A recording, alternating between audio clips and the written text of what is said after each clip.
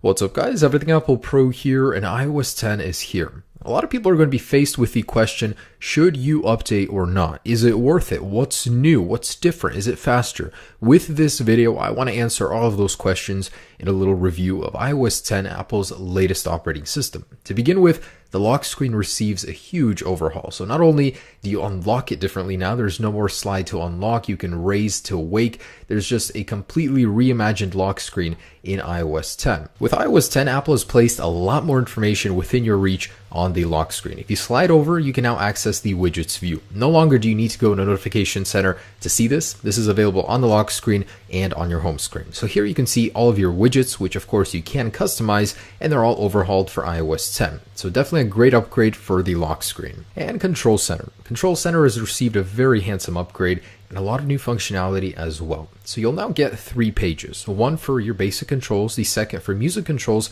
and the third you'll only see if you have HomeKit devices. Here you can go ahead and control all of those without needing to go into a separate app. Really cool. And 3D Touch is now supported in Control Center. So on some controls, you can 3D Touch on them and get more fine precision. So in this case, on the main page, if I 3D Touch on the flashlight icon, it gives me separate controls for varying brightness. Really cool. And the entire bottom row does support 3D Touch. So otherwise you have your regular controls that have just received a facelift, and the now playing page is a very handsome update. Looks good. You have your album art in there and can control all of your music from it. So great upgrade to Control Center. And this is a very big one. The animations have changed in iOS 10. When you slide up on Control Center, you no longer get the bounce that you do in the Notification Center. Apple has rethought these very small things. When launching applications, the animation is different. If you actually close the application before opening it, it will do that. It feels fast because of that. The folders have a different animation. You'll find animation differences everywhere in the Springboard, which make it feel brand new. Unfortunately, if you don't have a 6S, you're not getting the full iOS 10 experience. Apple unfairly treats the 6S with royalty here, as all of the exclusive features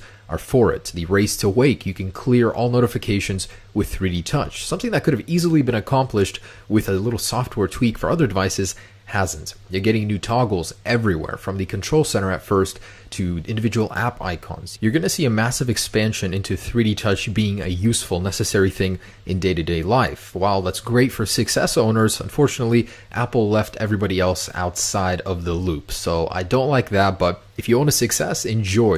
You're going to get a ton of new widgets for all these applications. It's just become something more necessary instead of a gimmick. Even when deleting text, if you 3D Touch on the backspace button, you're going to do it quicker. These little tiny things, they're there in iOS 10 that make 3D Touch worth it. I mean, if you're looking at your music library, go ahead and 3D Touch on it, get more information instead of needing to go in and then click on the More Info tab. Even folders got expanded support for 3D Touch. You can now rename them, and if you have any applications with notifications in a folder, 3D Touch on it, and you're going to get the priority ones first. iOS 10 received a huge overhaul in the sound department, so just listen.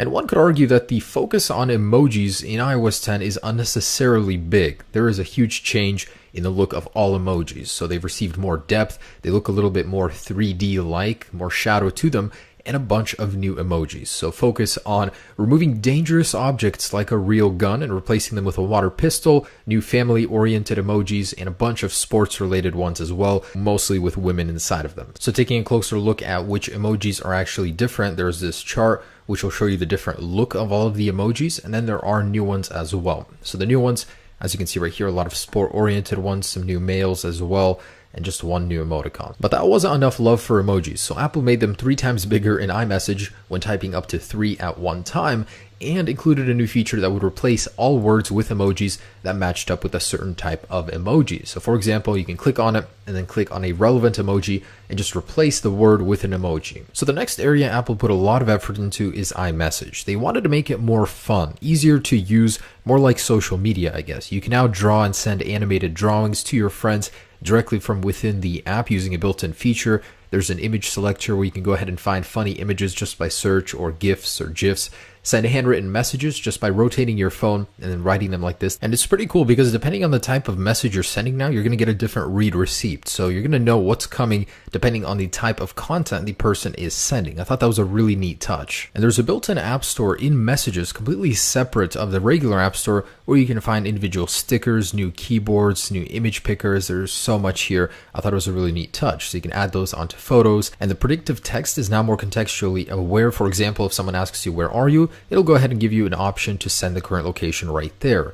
You'll also get a new image picker from in here. Just take a photo and drag it up when you're ready to send. Quick reply is smarter now as well. So instead of just sending one message, if you choose to quick reply to someone, you can go ahead and hold an entire conversation in the thread right here with scrolling. So it's like a light version of Messages without needing to open it up. There's a bunch of new effects you can send with your messages. So if you want to send a loud effect, a slam effect, you can't do that. There's even a cool, neat one called Invisible Ink. So when someone gets a message, you can slide it away and reveal the text. Even send backgrounds with your messages if you want to for different occasions. There's a happy birthday one, a laser one, pretty cool. Photos has received a huge overhaul. It's now much smarter. So it does have facial recognition and scene recognition. So now you can ask Siri, "Hey Siri, bring up that time with the cows," and it'll bring up all photos with a cow or with a certain person. You get the idea. Photos is much, much smarter. And there's also a new button in Photos on the bottom left. It's called Memories. So what Memories is for is it'll assemble certain events, certain times into one chunk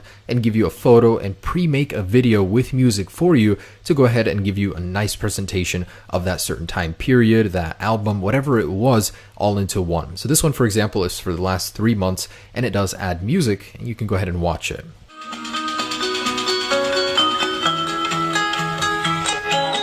A very welcome update to Maps. It's now much friendlier, cleaner, more bubbly, and it has more dark mode elements implemented into it. It's also a lot easier to use and navigate. All of the controls are on the bottom of the maps, so you can use it with one hand, which you shouldn't while driving, but certainly gets easier. You can also see the weather of certain areas you zoom into. There's more information for points of interest, easier to find those. I thought it was a really nice update. Favorite thing about it is that it starts to pan and zoom when you're driving, so it's more like a TomTom GPS rather than just a static map. As someone who has pride in his music library, keeping it organized, clean, I gotta say the new music app in iOS 10 is very nice. It's very clean, easy to use.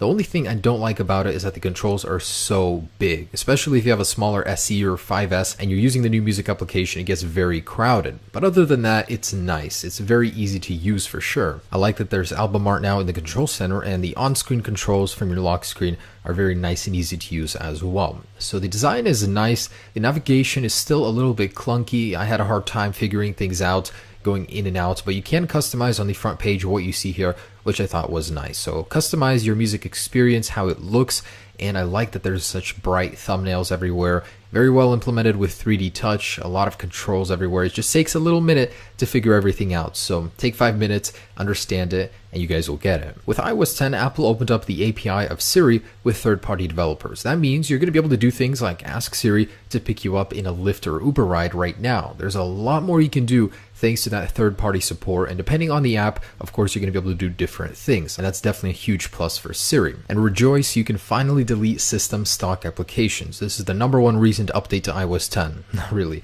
but they're not actually deleted. You just temporarily hide them until you go back into the App Store and download them because they're always preloaded. So what else? Little tidbits of iOS 10. Apple will now notify you with the 6S when there's moisture in the Lightning connector port. They enabled a sensor that was previously disabled. There's voicemail transcription, so Siri will read you back those angry voicemails. You don't have to hear them. But anyways, guys, that's pretty much it. For the most part, those are the biggest things about iOS 10. Here's the thing, there are so many small things, I'm not able to cover them all in one video. I did cover them in separate videos, which I'll link at the end of this video, but if you're looking to find every little detail, that's not what this video is for. This video was just to showcase the biggest ones. Now, the last point I wanted to touch on was performance. How does this make your device perform? So in early beta test comparisons, to the iOS 9 current firmware, the change was pretty good. It was very minor, if at all, difference. I mean, it was slower to start up, but most of us aren't going to be turning our devices on and off all the time, so that shouldn't really make a difference. But as a whole, iOS 10 does not degrade the performance on newer devices. On the 5 and 5S, you will notice a small difference, but in stability-wise, it makes up for it. It's a very, very stable release. To get a more specific answer of whether or not iOS 10 is faster or slower, make sure to watch the speed comparison test. I'll be releasing a full comparison on all devices between iOS 9 current firmware and the latest iOS 10 release. So stay tuned for that. Guys, thanks so much for watching. That's iOS 10 for you. Great release. Not huge, but significant enough to warrant updating. There's really no reason not to update. Thanks so much for watching, guys. Have a great day. Enjoy iOS 10. Peace.